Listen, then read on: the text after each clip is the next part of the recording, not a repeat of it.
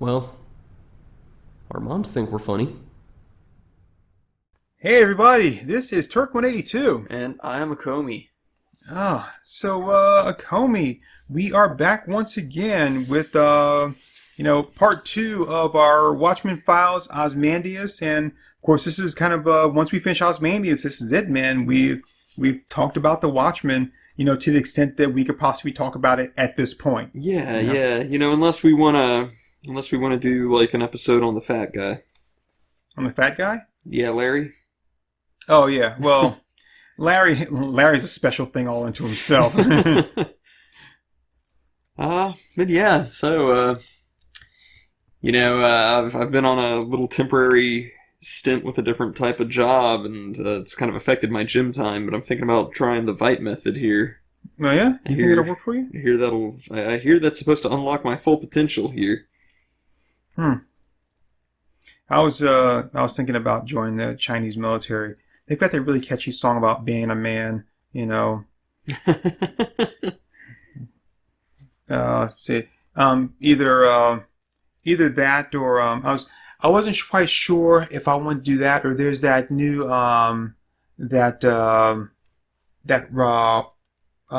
Rocky workout. Rocky workout. Yeah. Well, I'm sorry. It's not called the Rocky workout. It's the Dr. Frankenfurter workout. You go because in just 7 days he can make you a man. So I was like, well, I always wanted to be a man. Have you seen that meme of Mulan? It's when the captain finds out that she's a girl. So it's just a screenshot of that scene where he's looking really angry and the doctor found out that she was a woman, but then they just put in the caption of like, "Ping, you're a girl? I just thought you were a regular clumsy effeminate Finn boy. I'm disgusted." It's so stupid. But yeah, we've been discussing the one and only Ozymandias from the Watchmen universe, and the orchestrator. Yeah. And so we wanted to talk about a mysterious case that's been ravaging the city. A bunch of doctors and scientists and writers have been going missing. So if you look at, because it's really kind of hard to pinpoint like all the little parts where they kind of talk about these people going missing and stuff, because it's always little things. Yep. And the one I'm going to point out here is at chapter 7 on page 13. It's just they're watching TV and talking about the crisis in Afghanistan. Of course, the war with Russia. And it just says, meanwhile, at home, police stopped searching for missing writer Max Shea, having failed to open any new lines of investigation. And that's how it's been with like all these like missing scientists and stuff, where it's they're gone and they're like, what happened to these people? They're all just missing. And they're missing, quote unquote, but no one is really missing them. Right. Like people just haven't seen them, but they didn't just vanish. There's no sign of foul play. They're just people just like, I haven't seen them. Like, where are they? I haven't seen them. Right. Yeah. So, and of course we get a little bit of a hint of where they are when we go to chapter 8, page 11, where of course we see the one artist and Max Shea, and he's talking. He's like, still sketching, Miss Manish? Because I thought you'd be glad to see the back of the damn thing. And she's like, I just need some final studies of the facial assembly. And he's like, oh, I'm sorry. You blocked my light. He goes, oh, I'm sorry. Please excuse an old drunk who's just out admiring the coast of mosquitoes and daydreaming about getting back to the mainland. They say 3 more days. She's like, how can you draw into that tarpaulin? And she's like, they lifted it for me to see the beak structure, and it's interesting because like they, as everyone knows, these guys have been working on something, even though they don't know exactly what they're working on. Yeah, they've been working on something, and whatever it is, all these artists and writers, have all been coming together to put this thing together. And I think it's interesting. He didn't just get artists to kind of create this thing, but he also got writers. So what would you need the writers for? For like a plausible like story about how it would evolutionarily develop. But also, I think you need the writers for. Remember, it has just enough intelligence to when it dies, to send out that psychic scream there. So to give it some kind of intelligence, you also have to give it some kind of a life. And that scream has to be some kind of like a scream of existence, like immediate existence and then death. Yeah. But that death has to mean something to you. So I think the writers were also there basically crafting a life for this thing, like, a history of it, you know, no matter how brief it is, because even though for it and for us, it just winked into existence, when it comes in, it did, in its mind, it's like, it had a life for however long it was that is suddenly being snuffed out. Yeah. What's that line in Scott Pilgrim 3 where it's like, when a baby's born, it starts crying because of the sheer terror of being alive? Something like that. It's interesting watching this sketch process, though, because I feel like that's probably how Dave Gibbons works his pencils. I could just be speculating there, but, like, it's interesting because a lot of artists do, like, enclosed geometric shapes, and it seems like these are loosely connected sketch lines, which is more, that's more of like a Neil Adams way of doing it. You think so? Yeah. Yeah, because Dave Sim used to talk about that like Neil Adams will, work on one part of the figure and then like move down and work on the other part of the figure. So like he's got the entire image in his head and he knows, okay, well the foot's going to go here, so I'll sketch a couple lines from the foot and I'm going to move up here. So he doesn't have to do like the entire understructure all at one time. And if this sketch is any indication of that, then that's probably how Dave Gibbons works too. So we have a part here where because we see in that chapter that they're putting together the newest issue of the New Frontiersman in chapter 8. So at the end, we've got basically the rough version of what's going to be printed, and then we've got basically the story about the missing writers. And he talks about, earlier this week, the police called off their inquiry into the mysterious disappearance of author Max Shea, citing lack of evidence as a principal contributing factor in the decision. New Frontiersman would like to remind the authorities concerned and our readers the overwhelming evidence already tabulated by his paper suggests that Shea's disappearance was part of a carefully orchestrated conspiracy, the roots of which may yet be traced back to sinister Cuban interests. Of course, it's the New Frontiersman. Which is really all you have to say about that. It's Alex Jones. Yeah. I mean, this is totally a newspaper that Alex Jones would write. I could see that. And if there were superheroes, he would absolutely have stuff like that. Let me tell you something. Honor is like the hawk. Sometimes it must go hooded. So Shea's disappearance, no less than 4 prominent creative figures also seemingly dropped from the face of the earth. These include radical architect Norman Leith, surrealist painter Hira Manish, and respected hard science fiction author James Trafford March. Immediately, the circumstances in each case are wildly different and seem to allow for a simple, meaningless coincidence of human destinies. Manish was apparently suffering profound difficulties with her marriage, making her apparent abandonment of her husband and 2 sons somewhat less than surprising. March owed massive debts to the IRS, who had frozen his earnings. Leith was reportedly depressed and even suicidal during the run-up to his disappearance, as was fellow missing person avant-garde composer Lynette Pally. So, they kind of talk about these guys. Huh? A composer? Is that what I just read? Yeah, avant-garde composer. So, I think it's interesting that that the New Frontiersman is the only one that makes a connection between all these missing people possibly being together or being missing because the same person, took them or kidnapped them or whatever it is. Right. In this case, it's the the Cubans, the radical Cubans. Of course. I mean, that would be my first thought too. And then like it says here, older still and quiet, possibly entirely unconnected. There's a disappearance of part of a person after his death. Recorded in the same week, Shea's vanishing act reached public awareness.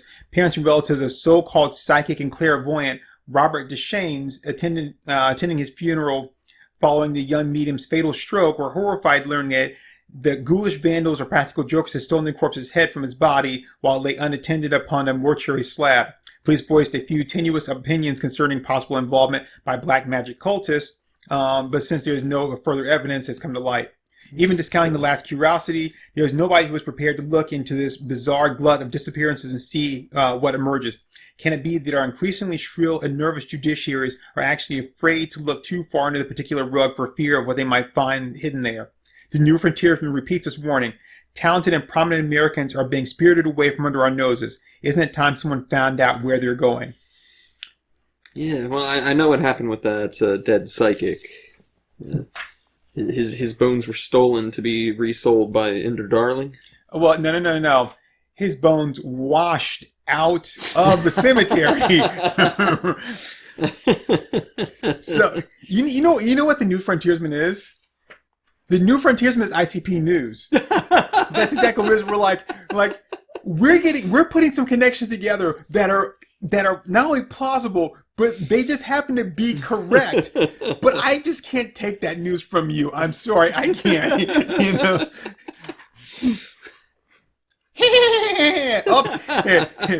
This just in. Hatchet Man reports that another prominent artist has gone missing. You know? Fucking artists, how do they work? So, I mean, that's what it is. They're not right most of the time, but it's because of that when they are right, you discount them so easily. Yeah.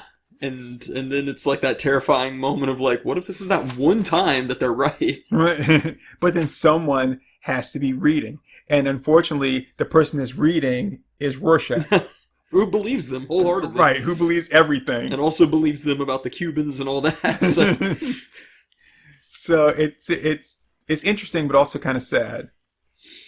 So we've got them there. And of course, all these guys are working together to build something that they don't know what they're working on. Of course, it's this giant squid and everything else that's related to that.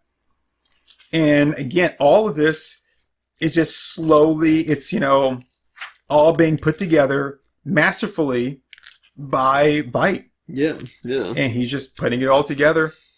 And these people, again, they've gone missing, but they're not missing because there's no kidnapping. They just disappeared. Yeah. They just walked away. Manish walked away from her husband and 2 kids. This guy was kind of depressed. Maybe he committed suicide. Mm-hmm. This guy owed a lot of money to the IRS and everything. Maybe he took the last bit of money that he had and, ran off to keep from paying the rest of it. But it's like, well, we haven't seen them, so they're missing. It was like, yeah, but they're not really missing. That's the great thing about it, is like, and that's why no one's really looking for them. Right. Yeah. And that's beautiful. It's like, I found the right people to take that, that no one's really going to look deep into. Yeah. Bunch of disenfranchised artists. Of course they can disappear without anybody noticing. Has anybody ever noticed when we're away from our table at a con? No. Case in point. Well, no, because that's when they decide they want to buy shit from us. That's true. Nicely. I think I know what it is. It's like when I'm at the table, I become, what was her name? Albalene or whatever from last night. Albina, right. It's like, I want to buy his books, but I just can't stand to look at him. So as soon as I walk away, that's when I'm like, okay, now I come over there and buy his stuff. Yeah, do you have any nipples and a pancake batter ass? Because otherwise you're probably better off than Albina. Maybe. So yeah, the only other thing we really see with the missing persons is when they leave the island. And they're all celebrating, and they're all heading to the boat, and swapping blueprints, and drinking scotch, and Max Shea, and the artist chick. Dr. Manish. Miss Manish. Miss Manish, yeah. They go down below decks to Screw with her octopus drawing there on the floor. I mean, I never thought to try that with my art. It's like, here, let me just set this up here. Yeah, it's a drawing of Sonichu. What of it? And yeah, then the bomb goes off, and But I love that Max sees yep, the bomb and he's like, it's that oh shit. I think at that point he realized, one, they were gonna die, and because I think as you read through there, he's been trying to get her in bed, like every encounter, and this is the first time he has the opportunity to. Then he looks and sees the bomb because they create their creature because he says, let's wave our baby bye bye, right, and then he sees it and then sees the bomb and realizes this is all a part of something bigger. And instead of having sex, what does he say? Hold me. Yeah, it's like it's like he finally gets a chance and he's just like, I just need to feel some kind of like love, connection, tenderness, or whatever in this final moment. Yeah, and it's kind of sad, but it's yeah. I remember the first time I read the book being very shocked about the bomb going off. Just yeah, like, oh shit, there's nothing left of the boat. Because you don't think there's anything to these people. They're just another random thing in there, just like everything else. Yeah. But in the one story the one episode, I think it's the Rorschach one, I talked about the one news report about the guy who killed his kids and killed himself because he said the war was coming. So I was talking about, I was talking about how the newspaper vendor goes like, oh, he's like, it's not you said the world was going to end. Well, the world didn't end. And he's like, are you sure? And then, of course, that's that report. Right before the secretary gets killed and they're going to have the meeting with the toy people, she talks about the news report of the guy that killed his kids and killed himself. So it's interesting how that continues to kind of, it's not just one thing that happens. It's all part of the universe, and it continues this to go through, like the whole book is like, it didn't just exist in Rorschach's story. It's like, it's just a news article. So people are going to talk about it, even though it's not a major part of the story at all. It's just a slice of life that what happens in this world they have, there in the situation that's going on. But it's still something that, people, that people are aware of. Yeah. Hopefully we'll be able to tell if this is the director's cut or not. Oh yeah, that's right. It has to be because the non-director's cut, that opening scene where the comedian gets killed, it's a lot faster. Nope, not director's cut. Huh. Because in director's cut, he teleports him away first. Yeah. And then goes to Mars. In the regular one, he just goes straight there. Interesting. Which I don't like that part where he just goes, because he goes straight to Mars there. I like when he teleports him away first and then he goes to Mars. It's like okay, now what do I do? Yeah, I'm looking at this in between chapters thing. Doesn't he shoot down a Rorschach toy because he doesn't like Rorschach or something? You'd have to read that. So like it's the end of which chapter? It's the end of chapter 10. It opens up with a letter from Leo Winston of Marketing and Development for the Veidt toy line, and he's talking about how he wants to include Night Owl and Rorschach. And we've got a note from Veidt saying, "Agree with you regarding the expansion of the line. My study of recorded sales figures in a historical context suggests an increase in the sale of soldiers and action figures in times immediately prior to a period of anticipated war or bloodshed, and we should take advantage of this syndrome for as long as it lasts. However, ethically very uncertain about Rorschach, Night Owl, and Moloch, plus accessories. Suggest instead we create costumed army of terrorists, introduce as main villains in the Saturday cartoon, then duplicate here along with weapons, accessories, and vehicles. More militaristic flavor will sell better. The American public have never really gone in for superheroes in a big way. We'll discuss this next week." So yeah, so they wanted to include a Rorschach and a Moloch and a Night Owl, and he didn't want to do it. Which I've got to say, on the picture of the action figures, they have a custom logo for Rorschach, where the O is an ink spatter. Oh, that's nice. I love that. That is so cool. That is very nice. I think it's interesting that they have a Bubastis. Yeah. Even though no one's ever seen Bubastis? Well, the marketing and development guy talks about that because he says, on a somewhat lighter note, I hope you will approve the inclusion of Bubastis. I know she didn't really play a part in your exploits while you were an adventurer, but I understand that the people doing the Saturday morning Ozymandias cartoon show, scheduled for next fall, are keen that Bubastis should play a major role as a feline sidekick, making it therefore appropriate to play her up in our other merchandising. But I'm saying, but she lives in like Antarctica. No one's ever seen her before. Oh, he's always brought all his people down to his place for meetings and stuff because he had all those scientists that he killed. And he has Lori and Manhattan there for that one time, and she's like, it's a cross between a lynx and a. It's pretty much my favorite animal. It's a liger, lion and tiger combined. That's who John Heater should. I'm adding it to the list. We can't talk about that yet, but I'm adding it to the list. So I just looking when Veidt goes to Antarctica and he's getting himself ready. He's watching the TV, and he mentions as he's watching the TV and they're getting it all ready for him. He's like, yes, I want all these TVs like randomly just switching from channel to channel. Mm-hmm. And he says here, as he's looking at TV, he's like, first impressions, oiled muscle men with machine guns, cut to pastel bears, Valentine hearts, juxtaposition of wish fulfillment, violence and infantile imagery, desire to regress, to be free of responsibility. This all says, war, we should buy accordingly. And the guys are like, well, we've never bought this kind of stuff. And he's like, no, he goes, of course not, you're ignoring the subtext, the increased sexual imagery, even the candy ads. It implies an erotic undercurrent not uncommon in the times of war. Remember the baby boom? And he's like, so he goes on. It's like, major erotic things. Goes, I think I'm ready to begin recording now. But he's so before that he says, we should negotiate controlling shares in selected baby food and maternity goods manufacturers. So not buying into war, but buying into he's like baby food and maternity goods.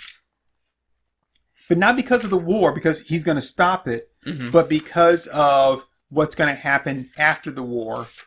And the sudden, it's kind of like the baby boom. When the war ended, you had that baby boom. Yep. I'm ending the war before it started. And of course, we're going to have that baby boom. Yep.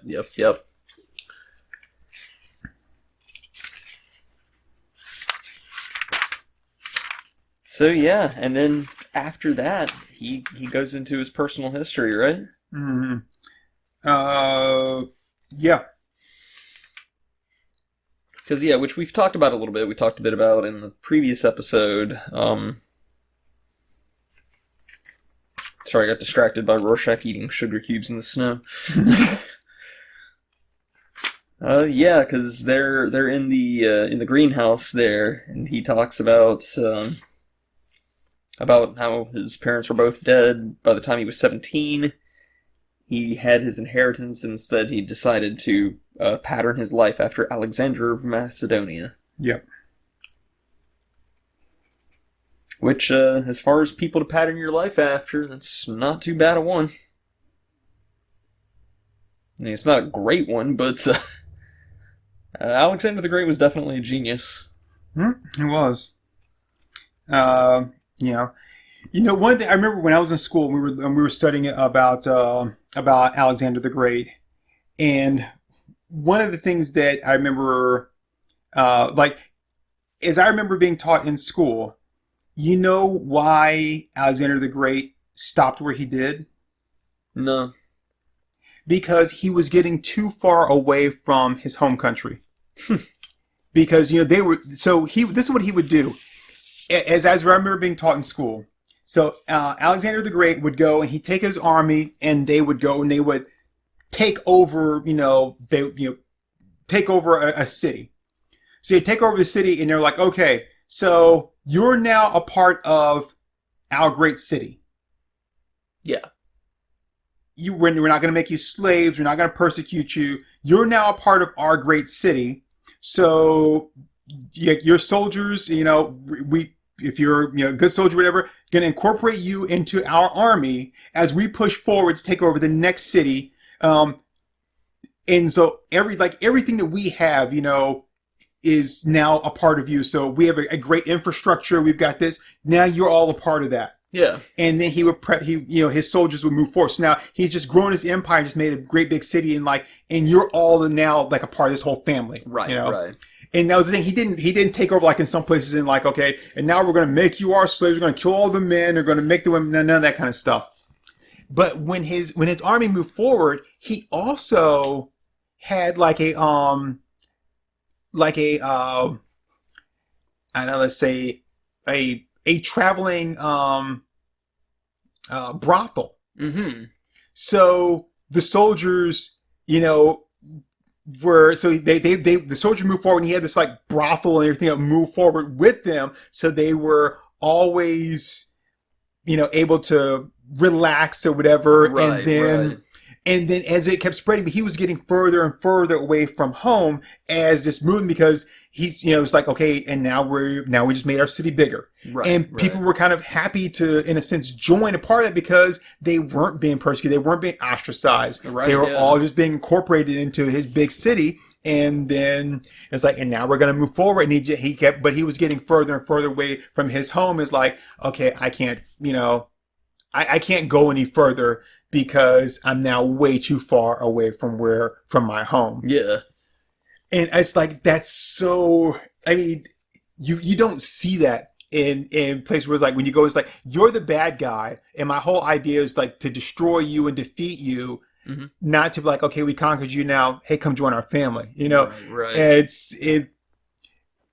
And I'm not going to say whether what he did was great, whether it was wrong, whether people were happy, whether it was sad, but it's like, obviously he was doing something right. Yeah. And it's like Ozymandias himself says that he ruled without barbarism. Mm-hmm. It wasn't like this super oppressive regime or anything. So it's he's definitely interesting. So I was just kind of looking at when at the part where we Rorschach and the Night Owl get into Adrian's into his office, kind of looking at everything. Right. And of course, Rorschach's still following the mass killers theory.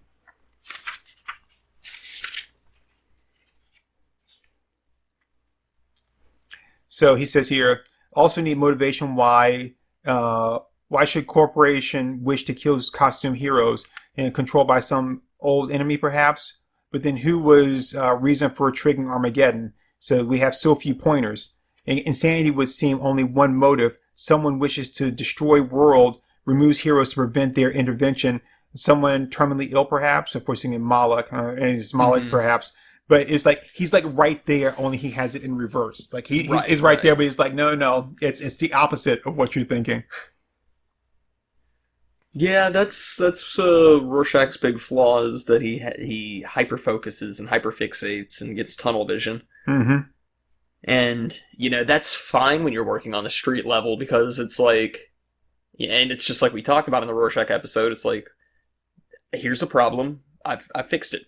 This, right. This guy's a rapist, he will never rape again. I ripped his dick off. He literally cannot rape ever again. And it's like, okay, well that works when you're just dealing on a street level, but when you're dealing with this stuff where it's like 4D chess and global politics and stuff, it's just so far out of his league.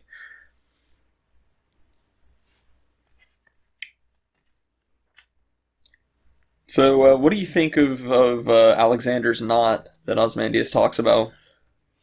Alexander's knot? Yeah, it's the next chapter over. He talks about how because he's following Alexander's path and like going to all the ports that he went to, mm-hmm. and apparently Alexandria. God, I sound like Archie Bunker. Mm-hmm. Alexander hit the city of Gordium because the ancient world's greatest puzzle was there, a knot that could not be untied, and Alexander cut it in two with his sword. It's basically the Kobayashi Maru. Pretty much, I guess. To me, it seems like kind of a dick move, because it's like, well, obviously, that wasn't what they were talking about doing. Right, but I think it's kind of interesting. So I have to say it's kind of a smart move, because you're so focused on, like, here, I've got this knot that cannot be, like, untied. Right. And he's like, that's great, but your knot is only as strong as the rope it's tied with. and it's not stronger than my sword, so who really gives a shit? Right. So, By completely removing the rules from the equation, he assures that he wins. I get that part of it. It seems like, it's that kind of thing where it's like, oh, hey, I bet I can beat you at tic-tac-toe because I know the steps that will guarantee I either win or it ends in a draw, and then you just rip the paper in half. And it's like, asshole. well, I think it's kind of like what you were saying about Rorschach, like hyper focus on something. Like they're so focused on like, look how great this knot is that can never be undone. It's like, yes, but to what end? So You've got this knot there that no one can ever untie, but what's that? Is it the Ozymandias says it? That says like the bow and arrow was like the strongest thing until the invention of this. So it's like that sounds right, yeah. So it's like yeah, you're so focused like, look, we did this thing here and it can never be untied. It's like, but who cares? That was great yesterday. Yeah. But I don't give a shit about your knot. It's like, who needs courage when you have a gun? Yeah. So I mean, I see what you're saying though, but at the same time, it's like, yeah, but. Right. but yeah, like at the exact same token, even though it seems like a douche move, again, it's like he's just completely removed any restrictions from the equation. So it's like, okay, I don't care that the knot can't be tied because the knot is not here now. Right. I made it not here, so I still win. So it's like, it makes sense. I see why he did it that way. It's just, if I were one of the ancient wise men and had that puzzle set up in my city for all these travelers and somebody came into that, I'd just be like, you asshole. You absolute perfect asshole. It's almost like the wisdom of Solomon. It's like, well, I'll cut it in half. It's like, but that's not what we want. It's like, yeah, I know. Both of you want it as a whole. You both want it to be your own, but that means that one of you has to lose. Right. One of you has to be without. So here's a way that both of you can have what you want. And it's not to say that's not good enough, but it's like, but that's not exactly what I want. And then that's when you say, well, this wasn't really about you having this thing. It was about them not having it. Right.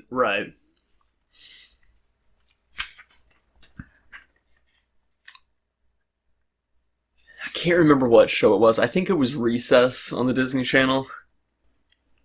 Yeah, I don't know if you ever saw that.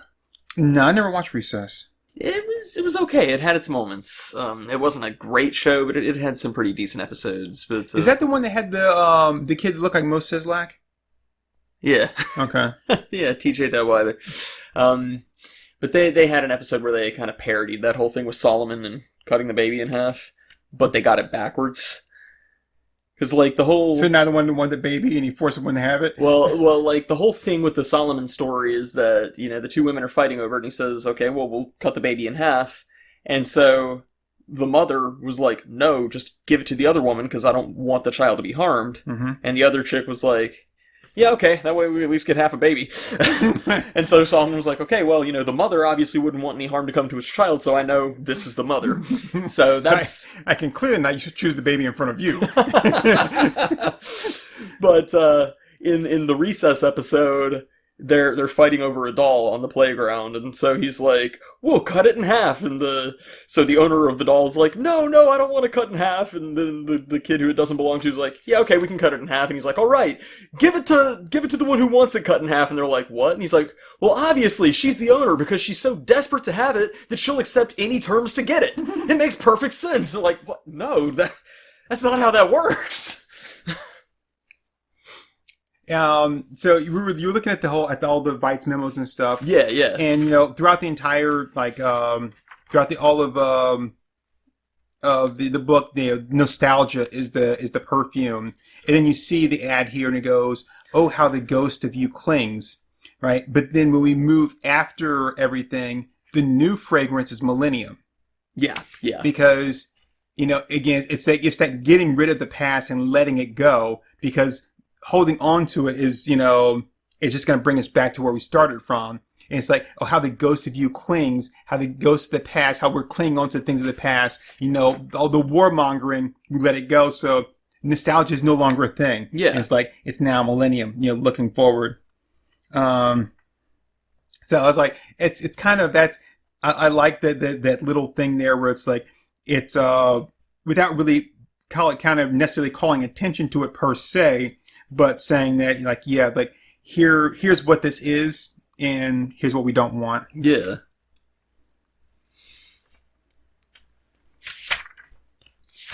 So yeah, let's see what else we got here. So he kills his assistants. He goes over the path of Alexander.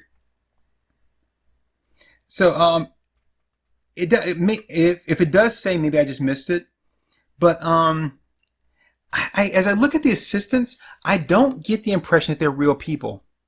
I kind of feel like they're clones. And they don't talk at any point, do they? Yeah, in the very beginning, when he first shows up there, and he changes clothes, and he's talking about the TVs and all that stuff, and they're talking to him, and it's like they don't really come across as like they're real people. Mm-hmm. We know he has clone technology because he created the giant squid. He created Bubastis. So I kind of almost feel like they weren't real.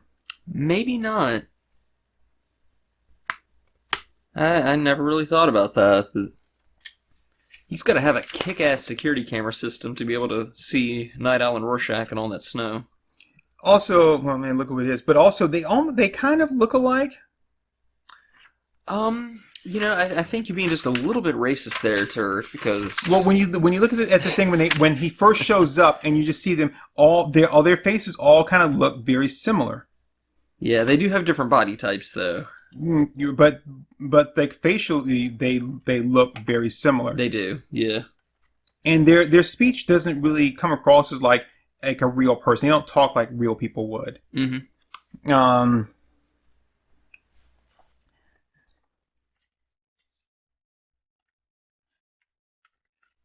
Yeah, that makes sense. It's a good possibility. And of course, I love when they initially confront him in the dining room. Well, and he just kicks the shit out of Rorschach the whole time yeah. that he's talking, just casually talking and blocking every blow. Very, very good stuff. So, like, we've gone over this final scene so many times in the other episodes because it ties in with all the other characters. He basically explains everything. So listen to this thing here from Veidt when he's talking to the guys about when his parents came to America, how he came to be, and he says, entering school, I was already exceptionally bright. My perfect scores in early test papers arousing such suspicion that I carefully achieved only average grades thereafter. What caused such precociousness? My parents were intellectually unremarkable, possessing no obvious genetic advantages. Perhaps I decided to be intelligent rather than otherwise. Perhaps we all make such decisions, though that seems a callous doctrine. But he's also saying, person is like, oh, how do you get to be something? Well, you just decide that that's what I am. That's what I'm gonna be. So here he's like, well, why? How did I get to be such a smart person? Well, maybe I decided that I am smart. I'm going to be smart. And then that's what made me smart. Mm-hmm.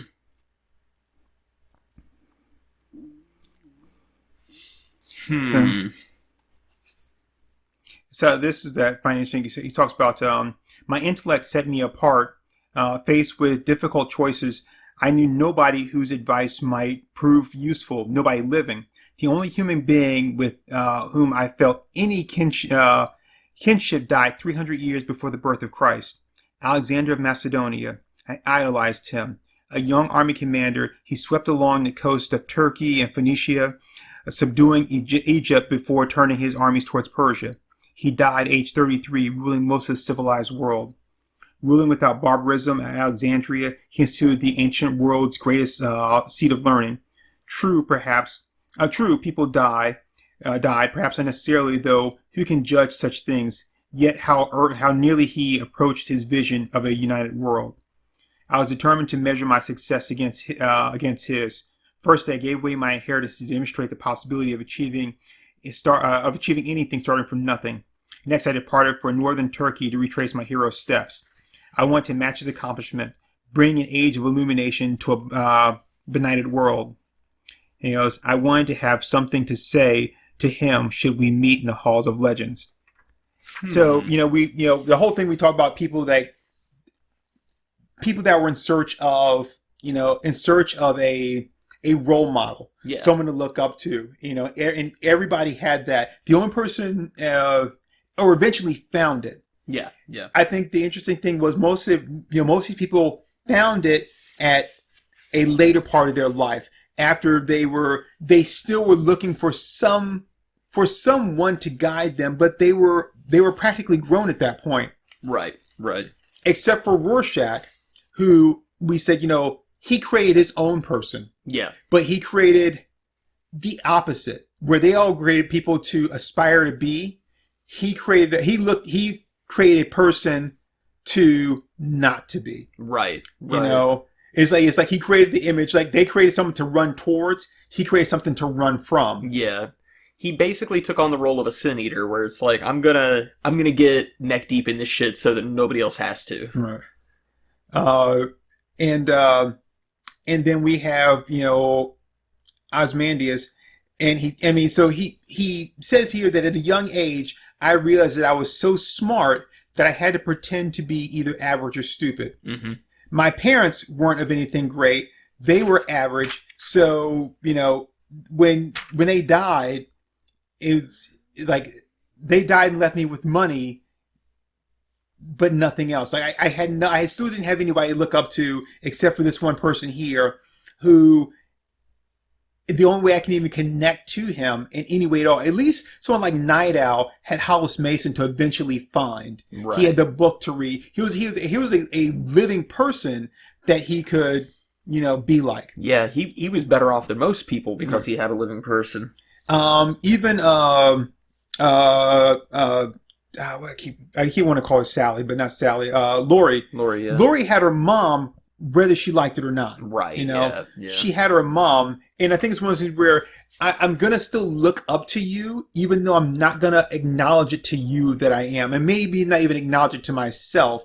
And it's like, and I'm gonna say, well, I'm just gonna take the little pieces, right. That fit me, but really, it's like I'm stealing you away,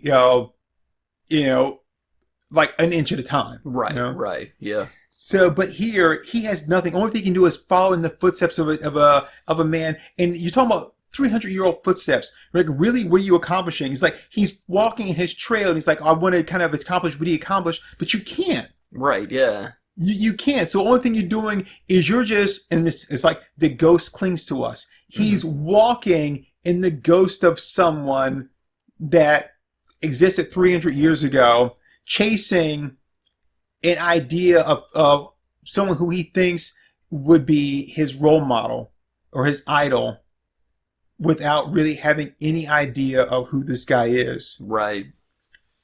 And I think out of everybody, Ozymandias is the most lost. I think so. I think so. And so I follow the path of Alexander's war machine along the Black Sea coast, imagining his armies taking port after port, ancient blood on ancient bronze. Strangely, before subduing Phoenicia, he struck north towards Gordium, then the knot thing. Mm-hmm. Goes to Egypt, and he goes, I followed him through Babylon, up through Kabul, through, what's that? I don't even know how to pronounce that properly. Samarkand. Then down the Indus. I'm sure I'm pronouncing that wrong. I'm not sure where you're... I'm sorry. I'm on page 10 of chapter 11. Memphis. The middle. Middle panel. Okay. Yeah. Babylon, Samarkand. I'm pretty sure that's Indus. Okay, where he first met elephants of war, where he turned back to quell dissent at home. I traveled on to China, Tibet, gathering martial wisdom as I went. Alexander returned to Babylon to die of an infection, age 33. Amongst its ruined ziggurats, he saw at last his final failings. He'd not united all the world, nor built a unity that would survive him. Disillusioned but determined to complete my odyssey, I followed his corpse to the final resting place in Alexandria. So, I mean, he eats a ball of hashish because, why not? Yeah. I mean, that's what I would do if I finished, walking around the world. So it's so he goes to his thing and he goes, okay, so this guy that I've admired, that I've followed to, in the end though, as much as I admired him, in the end I realized that the legacy he left wasn't really he didn't leave a legacy. Mm-hmm. What he left was a story, because it only existed as long as he was alive to keep it going. Right. He didn't have anything there to keep it functional, to keep it alive after he was gone. So when he died, it all died with him. You know? And which is weird to think about, because he practically took over the world. Right. And, I think that a lot of people in the generations past ours couldn't even tell you who he was. Yeah. I mean, shit, these, a lot of the Generation Z kids can't even tell you who Hitler is, so. Yeah, and so, and that's when he decides, I need to do better than him. Mm-hmm. And I think that's, again, where Ozymandias' failings come from in trying to find, a role model, which is where a true role model, when you find someone that you look up to, you never aspire to be better than them. You aspire to do something great to draw their notice, so they will look and be like, you did something great. So they would so they will, acknowledge you, on that level of respect, you be like, you finally achieved, Right. But in this case here, he's like, the only guy I can look up to basically accomplished everything, but then when he died, it all died with him. So in a sense, he accomplished nothing. Right. Yeah. And so now I have to do better than him. In which case, he stops being your role model. He stops being your idol. Yeah. Now he's your rival. Right. And it's like, so you still don't have anybody to look up to. Mm-hmm. It's like, so where he's completely lost. I mean, that's the thing. He's completely lost. We know that he's lost because at the end of the story, he's still asking, did I do the right thing? Mm-hmm. And so, he's what makes everybody uncertain. The only person who's certain by the end of the story is Rorschach and Manhattan. They're the only ones who are on a clear path. Manhattan is like, you know what? I've seen all I need to see. I'm going to go to another planet. I'm going to make my own life. And Rorschach is like, I can't live with this, so just fucking end me, because I'm about to ruin your entire day otherwise. So, and what's interesting is, as Veidt's doing all this stuff and he's telling this story, who's he talking to? Yeah, because that was all to his dying assistants. Yeah, he's poisoned. They're already dead. Because when you look at at page 10, that middle panel there. Yeah, the butterflies. Yeah, they're dead. They're just sitting there. They're already dead. And when you look at the next page, right, you see the butterfly lands on the guy's face. He's not moving. They're all just sitting there. They're already dead. So who's he talking to? He's talking to the role model that he wish he had. Yeah. He's like, it's like the desperate guy that's screaming to God to acknowledge me, show me something. God, if you're listening, help! Right? Doctor said I need a backiotomy. Now we are 50 minutes into this, so I kind of want to jump over to this last thing where it's after the squid drops. Okay. And so we've got the final confrontation with Manhattan and all that. So I want to say this though, right? He says here, today that conquest becomes absurd, in which your unquestioning assistance has proved invaluable. Do you comprehend the triumph to which you have contributed, the secret glory that it affords? do you understand my shame at so inadequate a reward? And it's like, and he's talking to them, is like, again, they're dead. And he's like, do you understand? It's like, you're asking for someone to tell you it's okay. Right. You know, and in a lot of ways, he's like addressing himself with all this. Right. But yeah, I know we're jumping ahead a little bit to go over to the like final chapter. No, it's fine because I'm kind of done there. Yeah. Well, plus we've talked about that scene where he's revealing everything to Rorschach and Night Owl numerous times now, and there's not really a lot of information revealed about him. It's just in what ways he orchestrated everything. Right. But as far as like what makes him tick and what drives him, it's not really too much there. So within that chapter, chapter 12. Yeah, we're at the end. Yeah, on page 9, he has the line about catching the bullet, and Night Owl's like, "No, you couldn't, could you?" And yeah, he talks about the psychic wave. We get to see Manhattan is all fucked up with the tachyons. Mm-hmm. It's very obvious. My favorite line. Which one's the favorite line?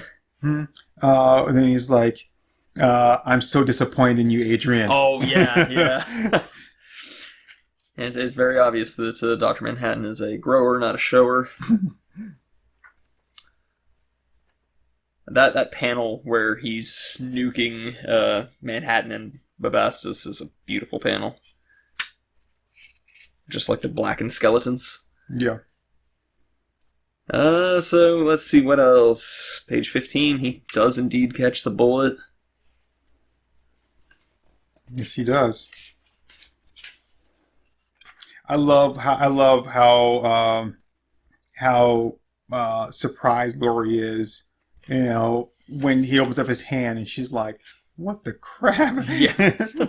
Oh shit.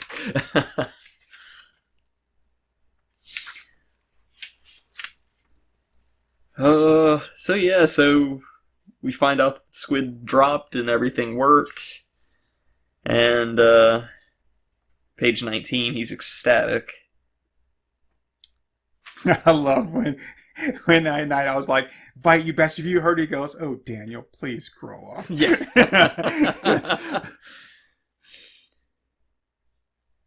So yeah, he just like, I mean, I do see a lot of desperation to justify himself here at the end. Right.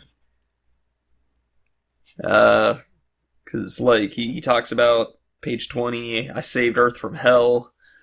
Next, I'll help her towards utopia. All the countries are unified and pacified. And basically tells them they have no choice but to let this happen. Blotting out reality. I'm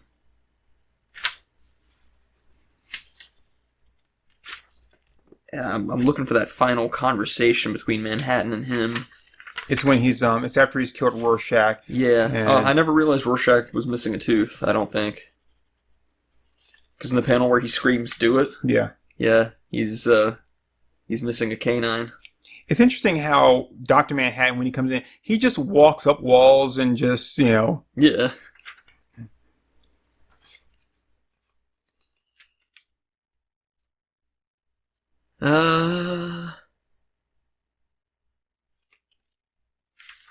So yeah, this is his last page, which we are 53 minutes in, so this could be a good finisher to discuss, I think. John, I know people think me callous, but I've made myself feel every death. By day I imagine endless faces. By night, well, I dream about swimming towards a hideous... No, never mind, it isn't significant. What is significant is that I know I've struggled across the backs of murdered innocents to save humanity, but someone had to take the weight of that awful, necessary crime. I'd hoped that you would understand, unlike Rorschach.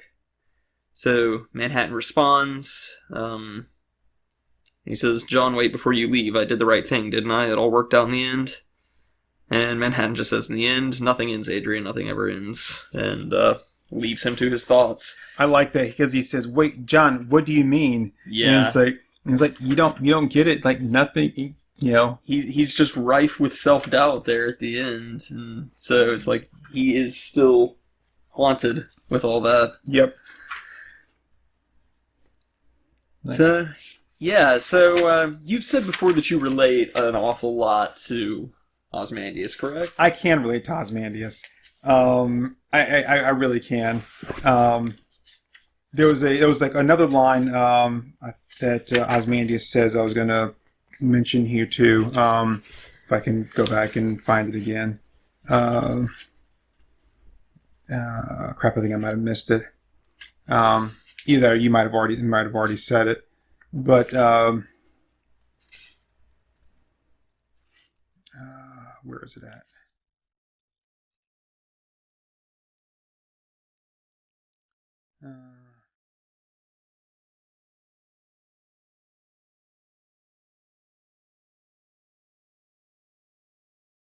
I think it was probably the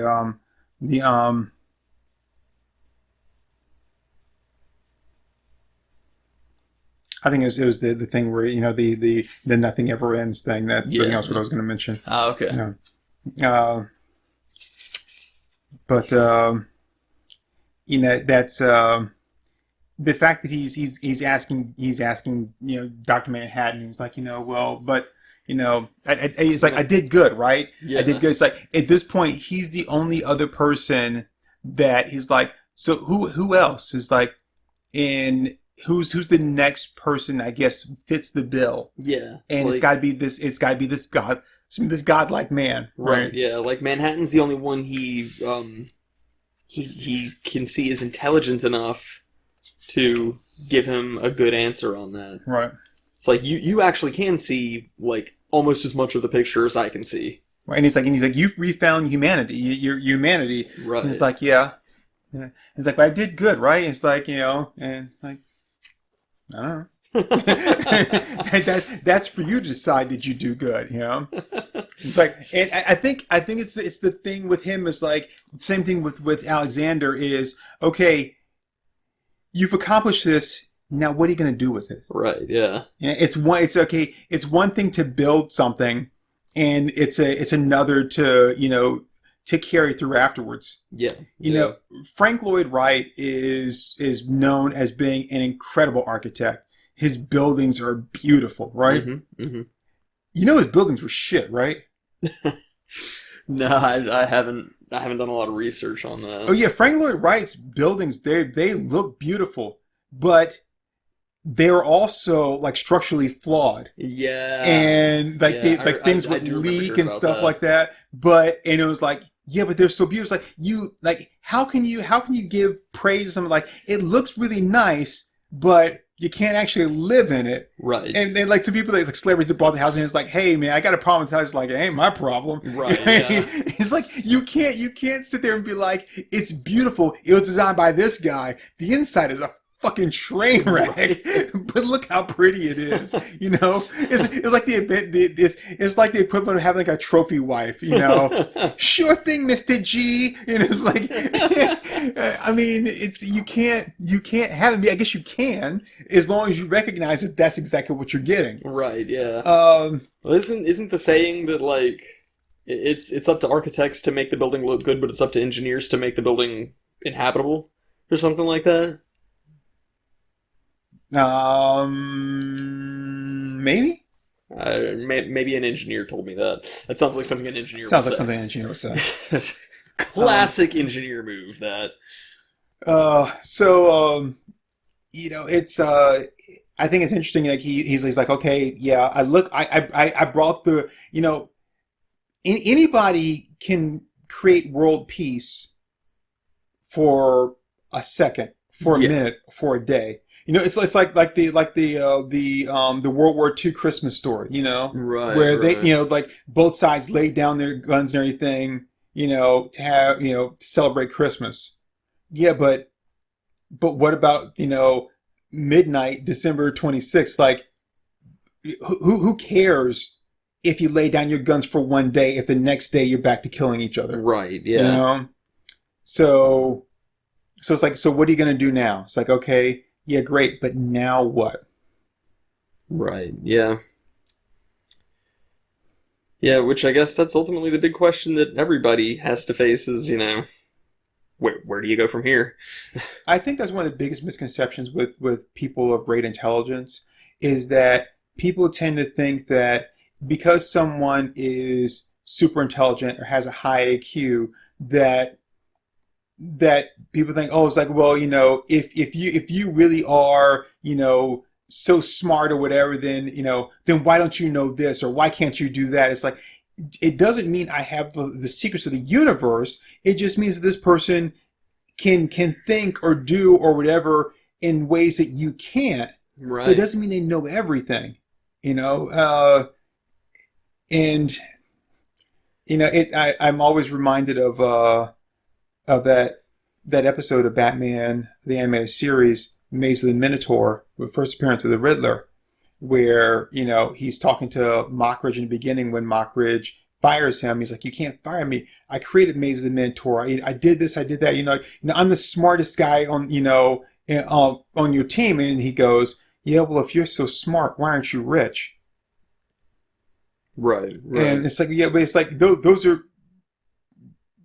technically two different things. I do understand that, yes, if you're so smart, then what? But, it's like, they're two different things. You're rich and you're not smart at all, right? But, it's like, so it's not like those equal anything, or to say, like, well, if I can do it because I'm really stupid, then you should be able to do it because you're really smart. Like, not necessarily.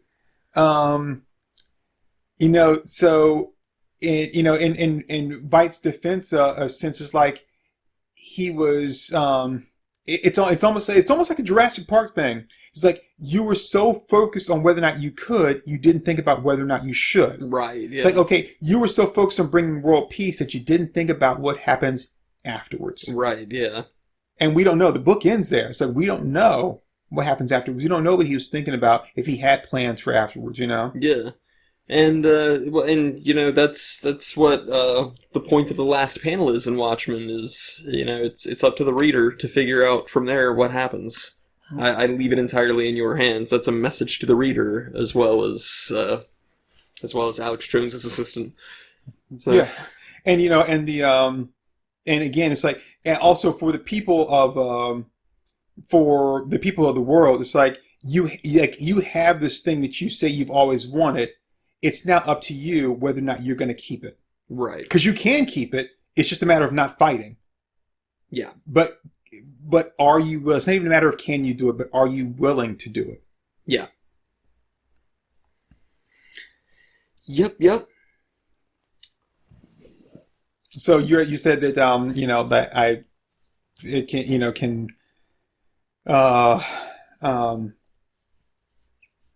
I guess what was the word you're saying? I seem to have recalled that you had said that you could relate to Ozymandias pretty well. But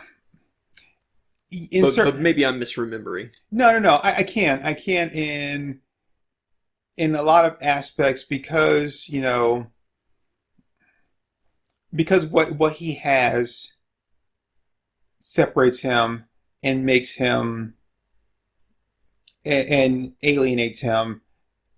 Mm-hmm. It keeps him alone because he can't relate. Because one thing you don't see with Ozymandias, even at the end, is he has no friends. Right.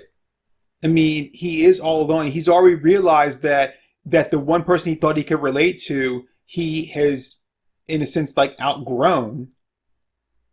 So he only thing he has are his thoughts, his ideas, and his intentions. Right.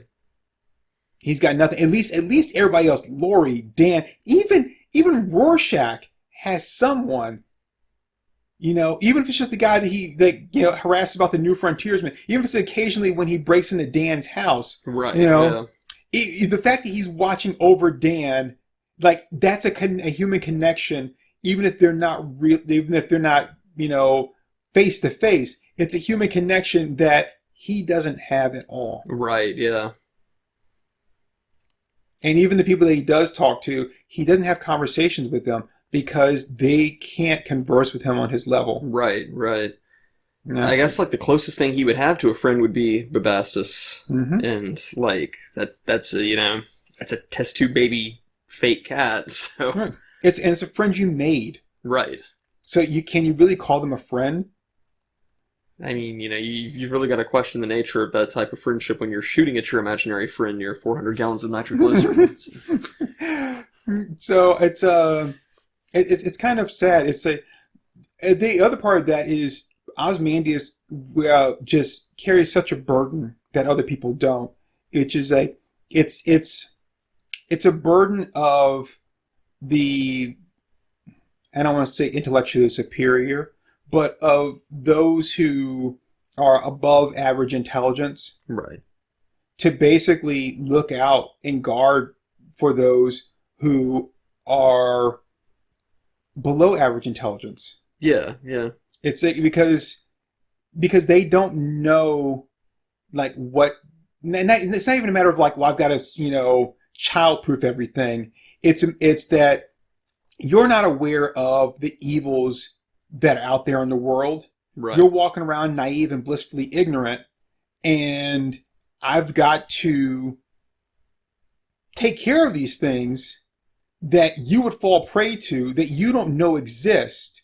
And if I'm doing my job right, you'll never know they existed. It's like that episode of Futurama where Bender becomes God, and he's like, if you do it right, then people won't believe that you've done anything at all. Right. And it's a thankless job because you can't tell people that you've done it. You can't tell them that the reason that you were able to get up yesterday morning, go to work, come home, and go to bed is because I protected you from all this stuff that you don't know existed. Right, right. And there's no one to thank for it. And I just have to, it's like I'm carrying all this on my back, and you don't know. You don't see like the invisible like rocks that are tied to my waist. Right, and that's it's really kind of sad. And in the end, Ozymandias is like, would he really want someone to say, thank you? Right, yeah. He's like, I did right, didn't I? He's like, say thank you, because the world will not know of what he did. And then even if he could tell somebody, he'd have to get half of them to realize, to understand what he did. Right, yeah. It's kind of like the Thanos thing where like all he wanted was to accomplish it and then just go live in peace on a farm. Right. And it's like the universe would be grateful to him without even knowing who it is they're supposed to be grateful to, kind of thing. I can't remember exactly what that line of dialogue was with Thanos, but it was something along those lines. But yeah. What's I can't think of her name now. She's probably one of my third favorite poets, and I think it's because I can't remember her name. But she's the one that wrote the poems like I did not have time to stop for death, so death stopped for me. Oh, Emily Dickinson. Was that Emily Dickinson? I think so. She wrote a lot about death. Anyway, but she wrote all her stuff and she just kept it in like a big footlocker, right? Never intending for it to be published. Then of course it's published after her death, and she's a big deal.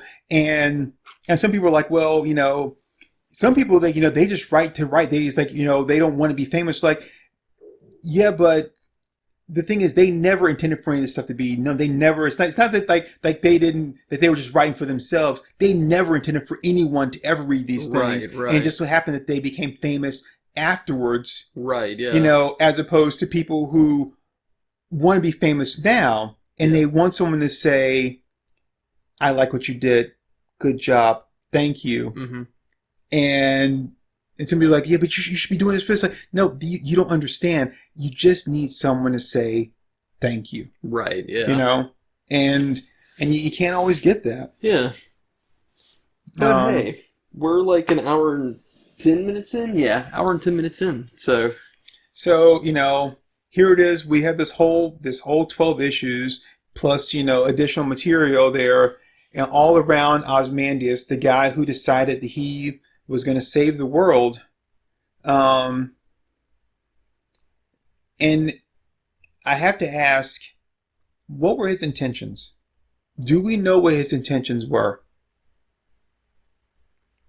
I mean, I would have to say that he thinks he's trying to save the world. Yeah, but is he trying to save the world because he likes the world, because he wants to save it? Is he trying to do it because he's trying to prove something to Alexander, to say, like, not only did I do what you did, but I surpassed you? Is he doing it because the world needs to be saved? Is he doing it because he cares about the world and people in it? Because he's removed from them. He has no connection to them. Yeah. So really, what was his reason for doing it? Was it just another problem for him to solve? I don't know. It's a good question. Yeah. And I think we can cap it off with, we leave it entirely in your capable hands. Oh, shit, I got ketchup on my shirt. All right. So that's it, man. That's everybody. This has been the Watchmen Files. We did it. Yeah, we did it, man. We fucking finished something. Yeah, Watchmen Files, ending with Ozymandias, which is, I mean, I think out of everybody, Ozymandias is the one that, even with the comedian, the guy who had the least amount of information to tell us about himself, Ozymandias is the one that leaves us with the most questions. Totally, yeah. Mm-hmm. But yeah, definitely like the pivotal character of the story, and this was fun. This was a fun project and a fun character analysis. I know that we covered a lot more with Rorschach, but there's a lot more on Rorschach in here. But here we do have more questions than answers. So I think it's funny that when all is said and done, Ozymandias is more like the question than Rorschach was. He's definitely got that same like nuclear response to stuff for sure. So yeah, that's it, man. I mean, this was quite interesting. I would say that when I originally kind of like proposed this idea, I did not know that this was the path I was going to go down. Yeah. But I'm still satisfied with the results. Yeah. I had a lot of fun with this. I'm glad we got to do it. Yeah. So. And I'm not even sure if there's another book just off the top of my head that we could do this with, Yeah, I don't know. The Watchmen is a very settings-driven story, but the characters are very deep. I don't know.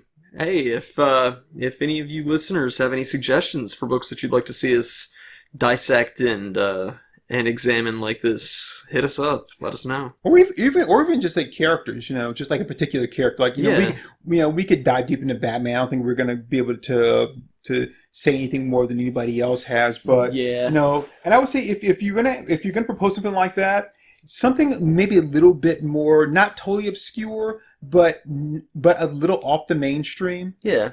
Would be interesting, because I think it would be a challenge for both of us as well. Yeah. And we'll be a lot more likely to listen to you if you send us money. So anyway, bye everybody. Zang, yo.